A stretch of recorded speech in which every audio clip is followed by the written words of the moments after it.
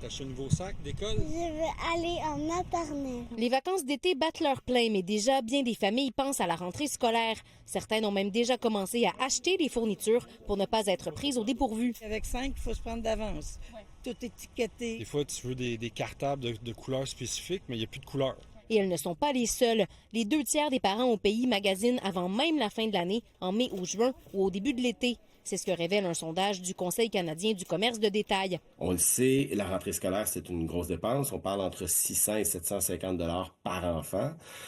Donc, près de 90% des parents font des recherches en ce qui a trait aux spéciaux. Donnée surprenante à l'ère du commerce en ligne, 99% prévoient acheter en magasin avec les enfants. Mais ils sont prêts à faire plusieurs visites pour économiser. C'est d'ailleurs ce qu'on a constaté, autant à Montréal que sur la Rive-Nord. Si on aura assez de temps, je vais magasiner tranquillement pour voir, parce que la vie quand même elle est coûteuse maintenant. J'ai magasiné en ligne, en magasin, j'essaie de trouver le meilleur prix, mais la qualité, ça vaut pour beaucoup aussi. Chaque année en juillet, Québec offre une aide de 124 $ par enfant pour l'achat de matériel scolaire, et ce, peu importe le revenu familial.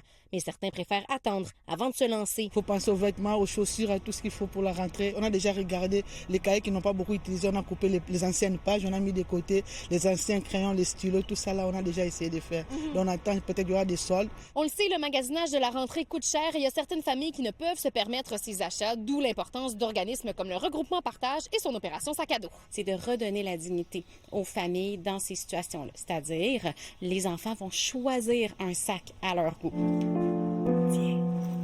Cette année, 11 000 enfants de la province pourront recevoir de l'aide du jamais vu. On est à peu près à 5 % de la demande réelle. Donc, on parle de plus de 150 000 enfants qui ont besoin d'aide cette année. Pour économiser, on suggère notamment de réutiliser, de donner au suivant ou d'acheter en groupe. Audrey Folliot, TVA Nouvelles, Montréal.